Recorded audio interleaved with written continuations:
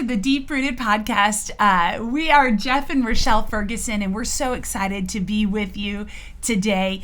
If you are tuning in for the first time, welcome. We're so glad that you are listening. If you are a repeat listener, we are going to kind of continue on what we talked about last episode, so we're excited about that. So last time we talked about identifying toxic people, Yes. which is so crucial as we live this life. And today we're going to talk about living in a toxic world.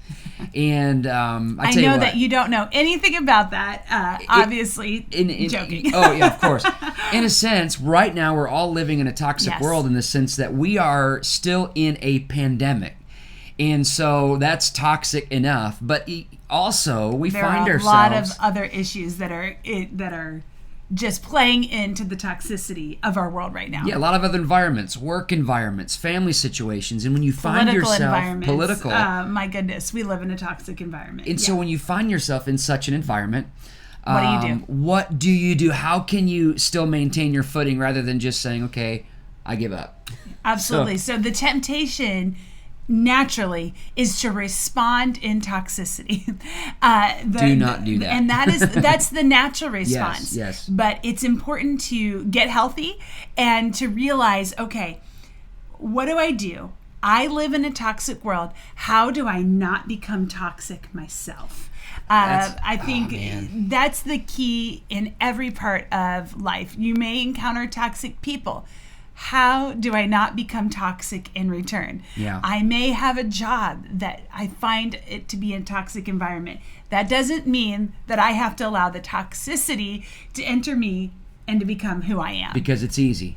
That easy. is the intention. I think it's not even just easy. We got to understand that is the intention of toxic. That's the intention of our enemy. That's the intention of evil, is to get inside of you. Yeah. And the good news is we don't have to do that. We don't have to be there. And so how do we live in a toxic world by not allowing the toxic nature to become who we are? I think the first thing is that we have got to get our eyes on what God is doing.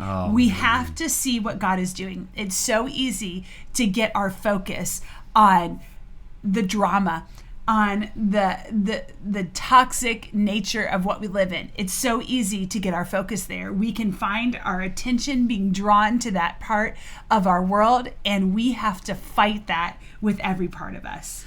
Yeah, something about toxicity is whatever the environment is, it loves to have attention. So the more attention you give to it, the more really it thrives. So the more attention we give to the pandemic, the more attention. Now, it doesn't mean we ignore it, but let's not make everything about our life, everything about the situation, about the toxic environment. Yeah. So the other week we were watching the Super Bowl, and I love football. We were watching the game, and all of a sudden it was kind of weird on the TV, like they weren't showing anything on the camera, but the announcers were saying, "Oh, we have a situation on the field," and I was thinking, well, pan the camera. What's the situation? I want to see what's happening. No, you didn't. Not in this case. Well, exactly, because a streaker decided to run out on the field. And I thought, thank you, cameraman, if you're watching. We appreciate you. Thank you so much. We didn't need to see that. But here's the deal. It's actually genius. Oh, it is. The TV producers, whoever is the producer, they said, don't. I mean, I can just imagine it in their little ear things.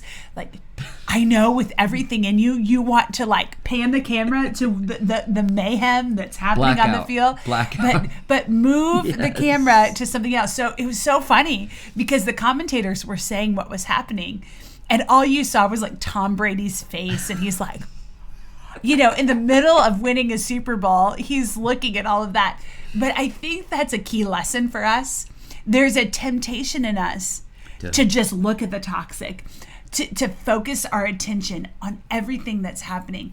When drama ensues, you can just imagine that your mind wants to go there. Your focus wants to go there. You can't do it. You've got to be self-disciplined to have the discipline of mind, of thought, to say, I am not going to pay attention to this. In fact, I'm going to purposely shift my thinking and think about things that are lovely, of good report, noble. Yeah. You have to focus on the good. You have to focus on what God is doing despite the circumstances.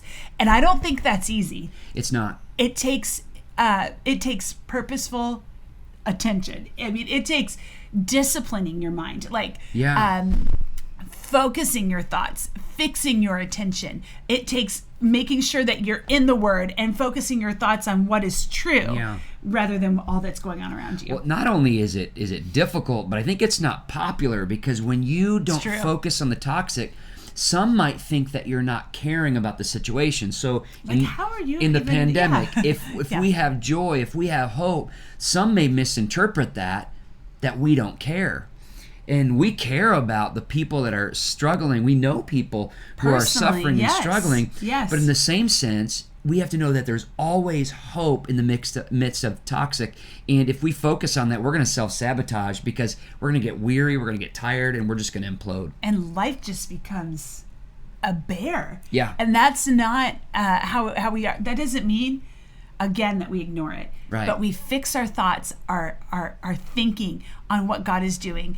Personally, I have seen this, and we were kind of chatting about this the other day, and I was thinking, wow, God, you have a pattern in my life. It's so good to think about how God does things. But there have been situations or seasons in my life where they've been really difficult. And I have journals.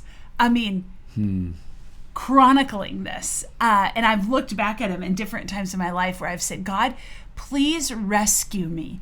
Get me out of this grave. This is my place of death. Yeah. And I mean, like crying out to the Lord, please God, rescue me. Maybe you've had that where you've thought that too. And many times, I mean, almost with I think all the time. Striking regularity. Yeah, the Lord has not answered that prayer in the way that I thought he should.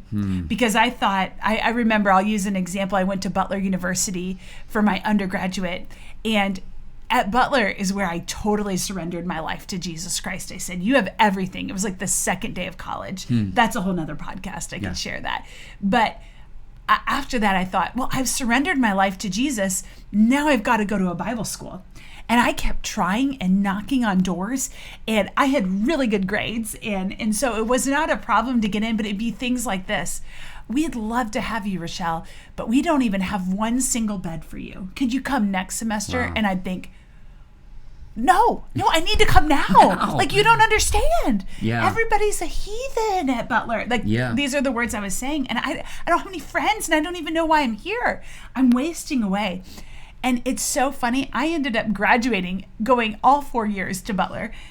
And I look at that season now, and there are people who will be in eternity because I stayed. Now, I'm not the hero of the story. Jesus is the hero. He said, no, Rochelle, I'm going to show you that my grace is sufficient in this place that seems like a grave. And I'm telling you now, even this morning, my daughters were singing the Butler fight song. It's become a garden to me. I love going to the basketball games and cheering my team on and remembering fondly all the things that God did inside of me in that season. And would I want to repeat it? I don't know. I probably have a different outlook now, but I will just tell you that God can take what seems to be a grave and turn it into garden. And I've seen it over and over again. And I know those are lyrics of his song, but they're true to me. They're so true. So don't abandon that, because God's working. He's transforming. But it wouldn't have turned into a garden if I focused on was the death. Yeah. I had to focus on, okay, God, I know I can't see it, but I trust that you are doing something. No, that is so good. So see what God is doing above anything else. Yes, focus on it. The second thing in a toxic environment, how do we keep our feet, is understand the seasons. Yeah. Understand, just as seasons change in our world, right now we're in a season of winter, which literally, it's freezing. It's ice. I would love for it to change. Yes. Or at least take us to Florida for a week. Exactly. But seasons change in the same way. So yep, they do. Regardless of what people might say, we will not be in this toxic season forever, this pandemic season forever. We have to steward this moment well, understanding, though, that God's bringing us into a different season. Yes, that's good. But that doesn't mean God's going to bring us out of struggle. There's different seasons in struggle, and if I fear that if we don't discern the seasons, we're not going to discern the blessing that God wants to give us. That's so good. And so God has a blessing for you, but we just need to discern the seasons. So there's spring, there's fall, spring, summer. It feels like forever since we've had warm weather. That's why fall outside. And there's winter, and you know that is how God works in us. God works through seasons, and man, sometimes we try to stay too long in a season. That's detrimental. Sometimes we try to rush ahead in a season. That's detrimental. Let's just keep where we are in the season God's brought us in, and let's just steward it well. I know it's not popular, but it's almost like the grave to garden thing. There's incredible blessings in the season.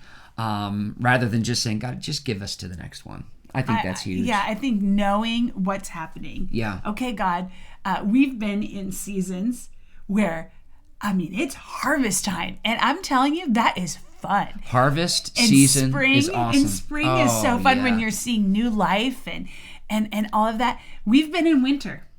We've been in winter seasons where you think, is anything going to grow? Yeah. But that's when the roots are growing deep. Oh, that's a good part of the winter season. That's the strengthening. And so you can't say, why is it not spring? Because it's winter. And God's growing us. There's like those cocoon season type things. When a caterpillar crawls in the cocoon, there's work, there's transformation. So when there's winter and it doesn't feel good, it's sort of hidden. It is, and but just thank God for what He's doing. It's gonna be shown. Sorry, I just get excited about that part. No, so let God do that, because without that transformation, you're not going to be ready for the next season when God brings you in it. If you try to escape the cocoon before it's time, the work that God is doing, that spotlight or whatever God wants to shine on you or do in you, you're not going to be able to outlast it. You've got to receive it. I don't want to go through all the winters, but I wouldn't be the same person without the winters. And it pains me to say that, but it's because it's painful. It is. But it's the fruit that's coming. It's worth it. Yeah. And sometimes fruit's not ready right when we want it to be ready. But God says, in my timing. Pastor Rick DeBose, assistant superintendent of the Assemblies of God, says in the winter, don't worry about the fruit, because in the winter it's not about the fruit, it's about the root. I love that. Just a way for us to remind that God is tending to our roots in those painful seasons. And that's how you are strong for what God wants to bring your way. And I think, so see what God's doing, know the seasons, but also keep in step with the Spirit. We'll end here. Keep in step with the Spirit. Galatians chapter 5:22 talks about living by the fruit of the Spirit and lists all the fruit of the Spirit. And right after that it says, if we live by the Spirit, let us also keep in step with the Spirit. Yes. I'm just going to say it. I used to be in a marching band. All right. I did the band in junior high and high school, and we had to keep in step with one another. This is what it looks like in the spiritual realm. The Spirit is the cadence. We have to get on, and we have to keep in step with where He's going and what He's doing, and not get out of step. And when we're in step with Him, wow, just feels. Wow, right. Everything's right. We're in God's will. It's good. So keep your eyes on what God is doing. Keep your focus. Understand the seasons and just keep in step with the Spirit. Hey, it's been so great to join you. Share this podcast. Like it on Facebook, on YouTube. If you could subscribe to our channel or subscribe to Apple Podcasts, we would love it. But join us next time, and we'll be excited to be with you. See you then.